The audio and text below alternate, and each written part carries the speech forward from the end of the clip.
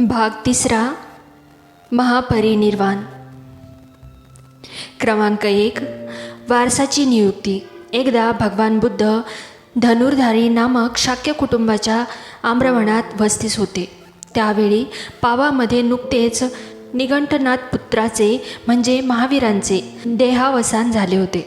त्यांच्या मृत्यूनंतर निगंठियात दुही होऊन भांडणे सुरू झाली होती.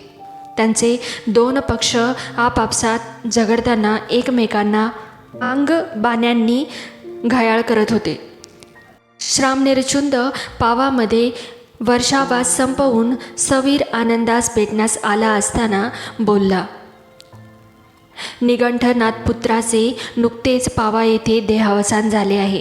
त्यांच्या मृत्यूनंतर निगंठियात दुही माजली असून ते आपापसात झगडताना परस्परांना वांगबाण्यांनी घायाळ करत आहेत. याचे कारण त्यांना कोणीच रक्षण करता नाही. त्यावर स्थविर आनंद म्हणाला, ही महत्त्वाची हकीकत भगवान बुद्धांना सांगणे इष्ट आहे. आपण त्यांच्याकडे जाऊया आणि त्यांना ती कथन करूया. ठीक महाशय, चुंद बोलला. त्यावर आनंद व चुंद दोघे भगवान बुद्धांपाशी गेले आणि त्यांना अभिवादन करून निगंठियांची हकीकत कथन केली व आपला वारसा नियुक्त करण्यासाठी त्यांनी विनंती केली. चुंदाचे निवेदन ऐकून भगवान बुद्ध म्हणाले, चुंद, विचार कर की जगात एक आचार्य निर्माण होतो, अहर्त सम्यक संबुद्ध. तो आपला सद्मार्गाचा सुयोग प्रचार करतो, जो शांतिदायक, प्रभावी, मार्गदर्शक व सुबोध असा आहे. पण त्याचे शिष्य मात्र धर्मज्ञानात प्रगत झालेले नाहीत आणि त्यांच्या निधनानंतर तो धम्म त्यांचे रक्षण करण्यास असमर्थ ठरतो. अशा आचार्याचे निधन त्यांच्या शिष्यांना दुःखदायक आणि त्यांच्या धर्मालाही विघातक ठरते. पण चुंद, जगात एक अहर्त व सम्यक संबुद्ध आचार्य निर्माण झाला आहे. त्याने आपल्या धर्माचा सुयोग्य व सुबोध प्रचार केला आहे, ज्याचा सद्धर्म प्रभावशाली, मार्गदर्शक असून शांतिदायक आहे. ज्याचे शिष्य सद्धर्मात पारंगत आहेत. असा तो सद्धर्म त्या शिष्यांना उच्चांतर जीवनाचे सम्यक स्वरूप दर्शवित असताना त्या आचार्यांचे देहवसान होते. अशा आचार्याचे निधन शिष्यांना दुःखदायक होत नाही. मग वारसाची गरज कुठे भासते. दुसऱ्या एका प्रसंगी आनंदाने पुन्हा तोच प्रश्न काढल्यावर भगवान म्हणाले, आनंदा, माझ्या धर्माबाबत ज्यांचे एकमत नाही असे 2 भिक्खू तरी तुला आढळले का? नाही. पण आज जे भगवानांच्या निकट आहेत ते भगवानांच्या मृत्यूनंतर कदाचित विनयाबाबत, संघाच्या नियमांबाबत वाद निर्माण करण्याचा संभव आहे आणि असला वाद सर्वांच्या दुःखाला कारणीभूत होऊ शकेल. आनंद, विनयाबाबत भिक्खूच्या नियमाबाबतचे वाद क्षुल्लक ठरतात. पण भिक्खू संघात धम्माबद्दल जर वाद निर्माण झाले तर ते मात्र चिंतादायक होईल. धम्मासंबंधीचे वादविवाद हुकुमशहा मिटवू शकत नाहीत. वारस जर हुकुमशहासारखाच वागणार नसेल तर तो काय करू शकणार? धम्मासंबंधीचे वादविवाद हुकुमशहा मिटवू शकणार नाही. कोणत्याही वादाबाबत संघच निर्णय घेऊ शकेल. संघाने एकत्र येऊन एकमत होईपर्यंत विचारविनिमय केला पाहिजे आणि एकदा निर्णय झाल्यानंतर त्याचे परिपूर्ण पालन केले पाहिजे. वादाचा निर्णय बहुमतानेच व्हायला पाहिजे. वारसाची नियुक्ती हा त्यावरती उपाय होऊ शकत नाही. क्रमांक 2. अंतिम धर्मदीक्षा. त्या समयी सुभद्र नावाचा परिवाजक कुशीनारा येथे राहत होता. सुभद्र परिवाजकाच्या कानावर लोकवार्ता पडली. असे म्हणतात की आज रात्रीच्या अखेरच्या प्रहरी गौतम बुद्धांचे परिनिर्वाण होणार आहे. तेव्हा सुभद्र परिवाजकाच्या मनात आले. काही वयोवृद्ध गुरु आणि शिष्य परिवाजकांना असे म्हणतात, मी ऐकले आहे की या जगात अहर्त, सम्यक संबुद्ध असे तथागत वारंवार निर्माण होत नाही आणि आज रात्रीच्या अखेरच्या प्रहरी श्रवण गौतमाचे परिनिर्वाण होणार आहे. माझ्या मनात एक संदेह उत्पन्न झाला आहे आणि श्रमण गौतमाबद्दल मला खात्री वाटते की ते मला असला उपदेश देतील की जेणेकरून माझ्या संदेहाचे निराकरण होईल. सुभद्र पारिवाजक उपमार्गाने मल्लाच्या शालवनात गेला. तेथे स्थविरानंद होता. सुभद्र त्याला म्हणाला, स्थविरानंद, मला श्रमण गौतमाचे दर्शन होईल काय?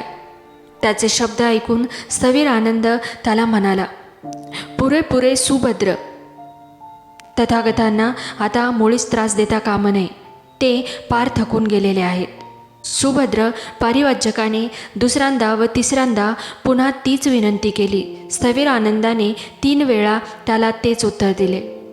सुभद्र पारिवाजकांनी स्थविर आनंदाचा चाललेला हा संवाद तथागतांनी ऐकला. त्यांनी आनंदाला हाक मारून म्हटले, आनंदा, सुभद्राला अडवू नकोस. सुभद्राला तथागताचे दर्शन घेण्याची अनुमती असावी. सुभद्राला जे काही माझ्यापाशी मागायचे असेल ते त्याला ज्ञानासाठी हवे असेल, मला त्रास देण्याच्या इच्छेने नव्हे. आणि जे उत्तरादाखल मी सांगेन ते तात्काळ त्याला समजेल. तेव्हा स्थविरानंद पारिवाजकाला म्हणाला, सुभद्रा, आत प्रवेश कर. तथागतांची तुला परवानगी आहे. तेव्हा सुभद्र पारिवाजक तथागताच्या समीप गेला आणि त्यांना अभिवादन करून कुशल वर्तमाने बोलणे झाल्यावर तो एका बाजूस जाऊन बसल्यावर तथागतांना उद्देशून तो बोलला, श्रमण गौतम, ज्यांना अनुयायी आहेत आणि श्रोत आहेत, जे प्रसिद्ध आहेत, जे गणचार्य आहेत, जे पथसंस्थापक आहेत, ज्यांना जनता धर्मात्मा मानित आलेली आहे, असे श्रमण आणि ब्राह्मण, पूर्ण काश्यप, मख्खली गोसाल, अजित केशवबल, पंकुज कच्छयान, संजय वेलेठीपुत्र तसेच निगंठनाथपुत्र, या सर्वांना ते म्हणतात तसे आपणच सत्यज्ञान प्राप्त झाले आहे की नाही, की काहींना झाले आणि काहींना झाले नाही. सुभद्र, काहींना ज्ञान प्राप्त झाले, काहींना झाले नाही, या असल्या गोष्टीत तू पडू नकोस. मी तुला धर्म उपदेश करतो, तो नीट ध्यान देऊन ऐक. नीट ध्यान देऊन श्रवण कर. लक्ष दे, मी सांगतो. भगवान फार चांगले. सुभद्र परिवाजकाने भगवान बुद्धाकडे एकाग्रतेने ध्यान दिले. त्यावर भगवान बोलले, सुभद्र, ज्या धम्ममतामध्ये आर्य अष्टांगिक मार्ग नाही त्यात श्रमण असू शकत नाही. ज्या धम्ममतात आर्य अष्टांगिक मार्ग आहे त्यात श्रमणही असतो. सुभद्र, माझ्या धम्ममतात आर्य अष्टांगिक मार्ग आहे, म्हणून या धम्मात स्त्रोतपन्न, प्रकृदागामी, अनागामी व अहर्त असे 4 प्रकारचे श्रमण आहेत.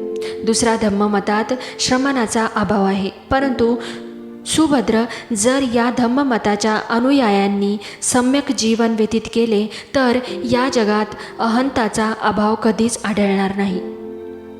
मी 29 वर्षाचा असताना सत्याच्या शोधासाठी बाहेर पडलो. सुभद्र, सद्धम्माचा पक्ष स्वीकारल्याला आता 50हून अधिक वर्ष होऊन गेली असतील. तथागतांनी असे सांगितल्यावर सुभद्र पारिवाजक बोलला, आपल्या मुखीचे हे शब्द अतिउत्कृष्ट आहेत, खरोखरच अतिउत्कृष्ट.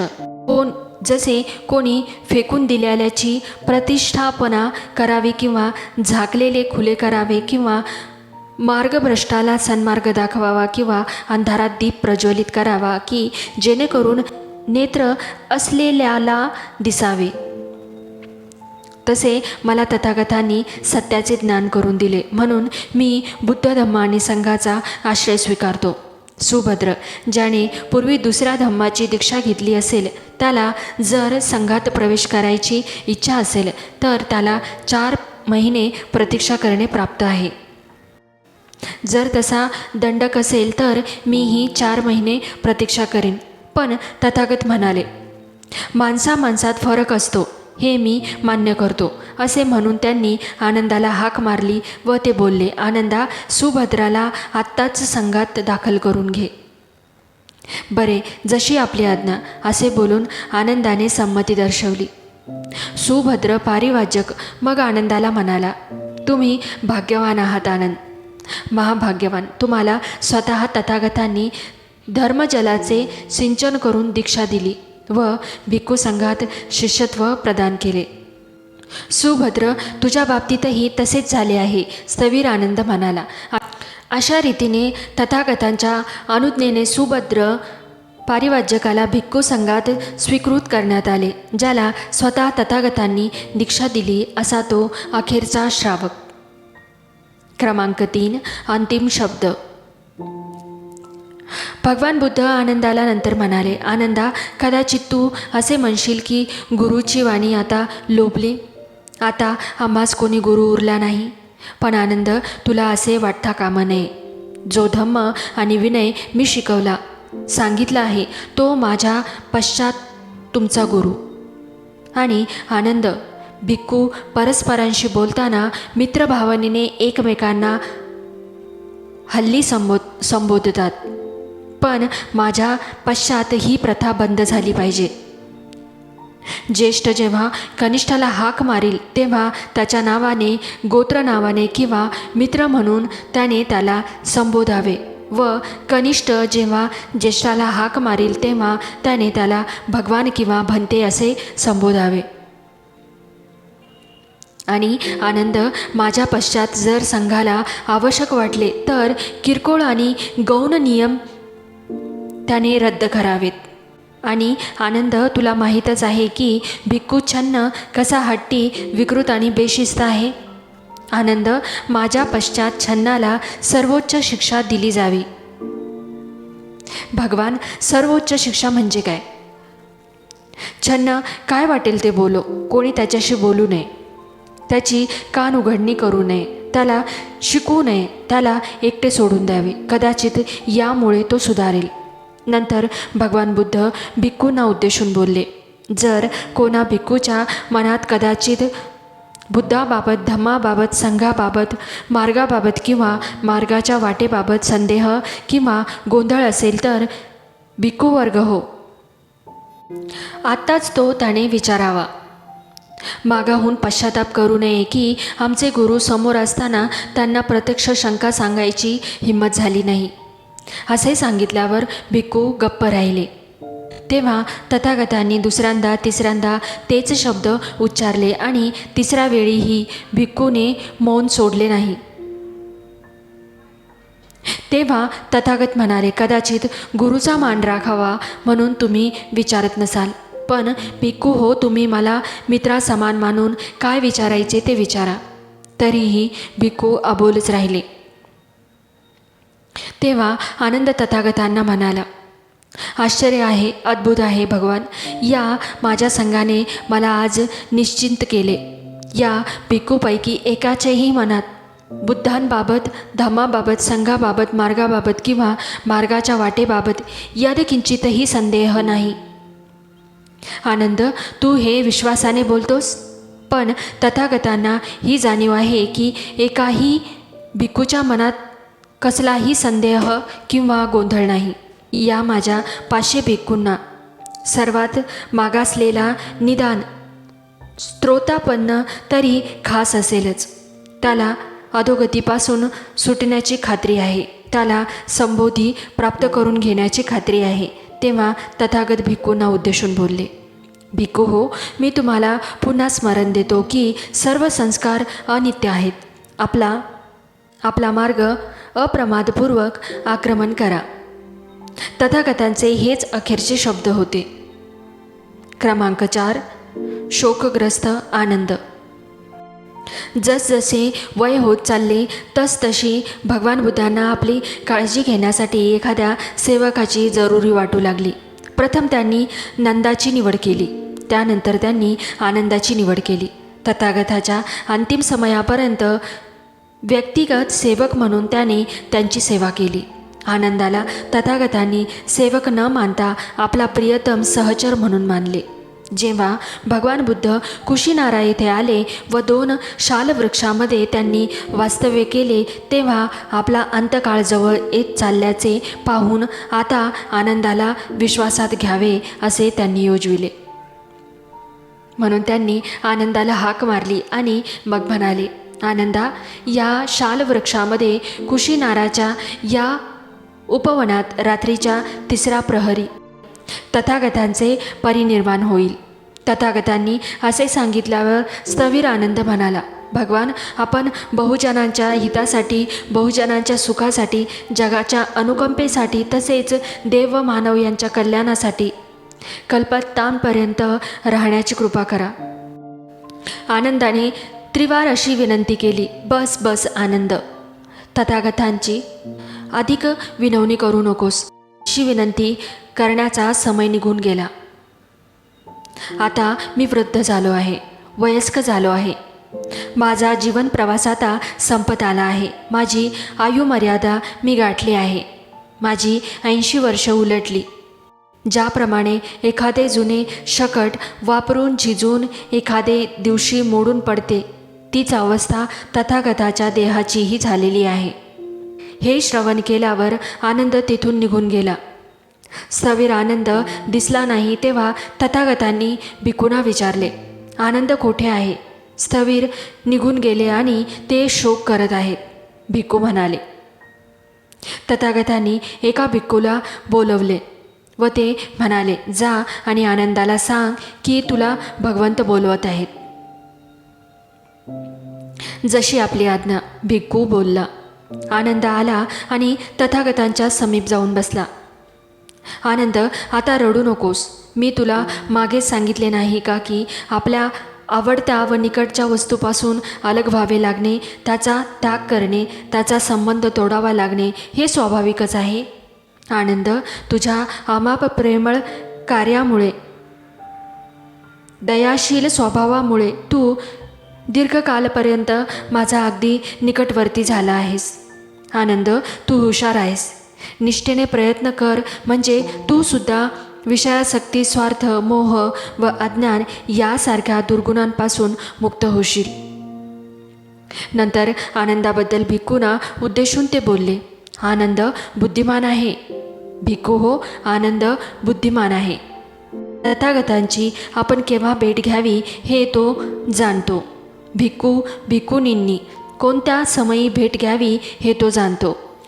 उपासक उपासिकांनी भेटण्याची योग्य वेळ कोणती, राजा किंवा राजमंत्र्याची वेळ कोणती, तसेच दुसऱ्या आचार्यांची व शिष्यांची वेळ कोणती हेही त्याला ठाऊक आहे. भिक्खू, हो, हे आनंदाचे 4 विशेष आहेत. आनंदाला भेटल्यावर सर्वांना समाधान मिळेल. त्याला पाहून त्यांना आनंद होतो. सर्वांना आनंदाचे बोलणे ऐकून सुख मिळते. आनंद जेव्हा अबोल होतो तेव्हा ते बेचैन होतात. यानंतर आनंदाने पुन्हा तथागताच्या परिनिर्वाणाचा विषय काढला. तथागतांना उद्देशून तो बोलला, तथागतांनी या उजाड नगरीत, या जंगलामध्ये देहत्याग करू नये. चंपा राजगृह, श्रावस्ती, साकेत, कोसंबी, वाराणसीसारखी मोठी मोठी नगरे आहेत. यापैकी कोणत्या तरी नगरात त्यांनी परिनिर्वाण प्राप्त करावे. आनंद, असे बोलू नकोस. आनंद, असे बोलू नकोस. ही कुशीनारा देखील केशवती नावाची महासुदर्शन राजाची राजधानी होती. नंतर तथागतांनी आनंदावर 2 कामे सोपवली. त्यांनी आनंदाला सांगितले की चुंदाने दिलेल्या अन्नामुळे तथागतांना मृत्यू आला. अशी वार्ता पसरणार नाही याची खबरदारी घे. त्यामुळे चुंद संकटात सापडेल अशी भीती वाटते. त्यांनी सांगितले की या बाबतीत लोकांच्या मनातील भ्रम आनंदाने दूर करावा. आणखी एक गोष्ट त्यांनी आनंदास करण्यात सांगितली आणि ती म्हणजे कुशीनाराच्या मल्लांना जाऊन सांगणे की तथागत या उपवनात आले असून रात्रीच्या 3ऱ्या प्रहरी त्यांचे परिनिर्वाण होईल. तुझ्यावर दोष येईल अशी संधी देऊ नकोस. मल्ल कदाचित म्हणतील, आमच्या गावात तथागतांचा मृत्यू झाला आणि आम्हाला हे समजले नाही. त्यांच्या अखेरच्या क्षणी त्यांना भेटण्याची संधीही आम्हाला मिळाली नाही. त्यानंतर स्थविर अनिरुद्ध व स्थविर आनंद या अभयंतांनी धार्मिक चर्चेत उतरलेली रात्र व्यतीत केली. पूर्वी प्रकट केल्याप्रमाणे रात्रीच्या 3ऱ्या प्रहरात तथागतांना परिनिर्वाण प्राप्त झाले. जेव्हा तथागतांचे परिनिर्वाण झाले तेव्हा काही भिक्खू व आनंद हात पसरून रुदन करू लागले. दुःख अतिशयाने जमिनीवर गडबडा लोळू लागले व म्हणू लागले, तथागतांना फारच लवकर परिनिर्वाण आले. या सुखी माणसाने फारच लवकर जीवनत्याग केला. जगातून फारच लवकर प्रकाश निघून गेला. वैशाखी पौर्णिमेच्या रात्री 3ऱ्या प्रहरात तथागतांचे परिनिर्वाण झाले. त्यांचे परिनिर्वाण इसवी सन पूर्व 483 मध्ये झाले.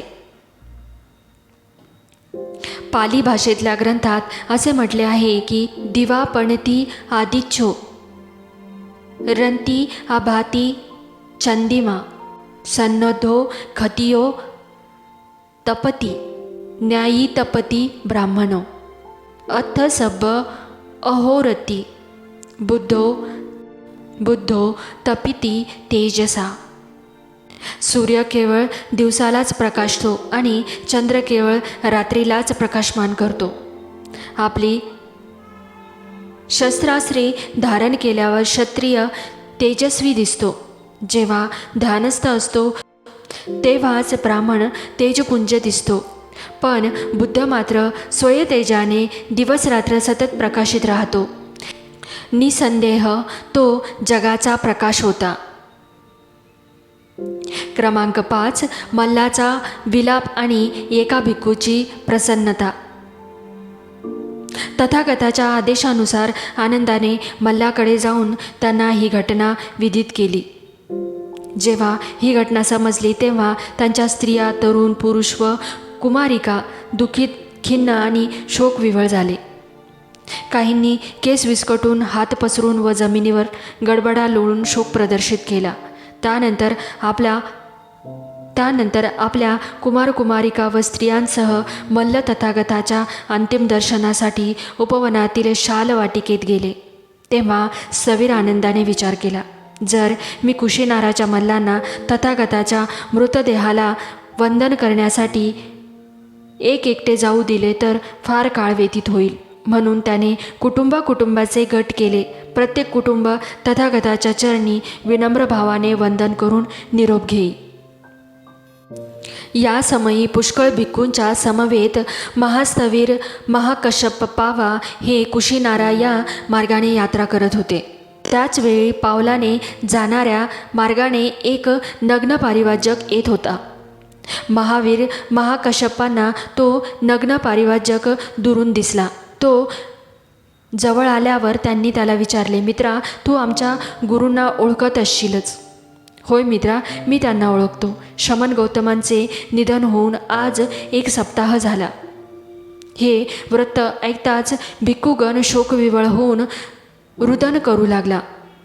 या भिक्खूगणात उतार वयात संघात दाखल झालेला सुभद्र नावाचा एक भिक्खू होता. तो म्हणाला, पुरे, आता विलाप पुरे, आता शोक पुरे. आपण श्रमण गौतमाच्या निर्बंधातून मुक्त झालो हे बरे. हे तुम्हा शोभते, हे तुम्हा शोभत नाही, अशा त्यांच्या निर्बंधांनी आपण हैराण झालो होतो. आता आपल्याला हवे ते करता येईल आणि नको ते करायची गरज पडणार नाही. त्यांचे निधन झाले हे बरे नाही का झाले? मग रडता कशासाठी, शोक कशाला करता? ही तर आनंदाची घटना आहे. तथागत हे असे मोठे व शिस्तीचे कठोर भोगते होते. क्रमांक 6. अंतिम संस्कार. कुशीनाराच्या मल्लांनी मग सविस्तर आनंदाला विचारले, तथागताच्या देहाची काय व्यवस्था करायची? आनंद म्हणाला, लोक महाराजांची जशी उत्तरक्रिया करतात तशीच तथागतांची उत्तरक्रिया आपण करावी. महाराजांची उत्तरक्रिया कशी केली जाते? आनंदाने उत्तर दिले, महाराजांचा देह नव्या कोऱ्या वस्त्रात अवगुंठित करतात. तदनंतर तो कापसाने गुंडाळतात. नंतर पुन्हा नव्या वस्त्राने गुंडाळतात. असे एकामागून एक दोन्ही प्रकारचे 500 फेरे होईपर्यंत करतात. नंतर तो देह लोखंडाच्या कढईसारख्या पात्रात ठेवून त्यावर तसेच लोखंडी झाकण ठेवून तो बंद करतात. नंतर सर्व प्रकारची सामग्री आणून चिता रचतात. अशा पद्धतीने महाराजांची उत्तरक्रिया केली जाते. मल्ल म्हणाले, तसेच आपण करू. मग मल्ल बोलले, तथागतांच्या देहाला अग्निसंस्कार करण्यास आता उशीर झाला आहे, उद्या ते करूया. नंतर कुशीनाराच्या मल्लांनी आपल्या सेवकांना आज्ञा केली, तथागतांच्या उत्तर प्रक्रियेस तयारी करा. सुगंध पुष्पमाला गोळा करा, तसेच वादकांनाही बोलावून घ्या. नृत्य, भजन, गायन, पुष्पमाला, सुगंध, वस्त्राची आच्छादने, फुलांची तोरणे इत्यादी तथागतांच्या देहाला मानसन्मान व आदरांजली अर्पण करण्यात दुसरा दिवसही निघून गेला. असाच तिसरा, चौथा, पाचवा आणि 6वा दिवसही गेला. 7व्या दिवशी कुशीनाराच्या मल्लांनी विचार केला, आज तथागतांचा देह हलवू आणि त्यांची उत्तरक्रिया करूया. नंतर मल्लाच्या 8 प्रमुखांनी ताटीला खांदा देण्यासाठी सिद्ध व्हावे म्हणून स्नाने केली व नवी वस्त्रे परिधान केली. नंतर तथागतांचा देह उचलून मुकुटबंधक नामक पूर्वेकडे असलेल्या चैत्याकडे नेला. तेथे देह उतरवून त्यांनी अग्निसंस्कार केले. काही काळानंतर तथागतांच्या नश्वर देहाची रक्षा झाली. जय भीम. नमो बुद्धाय.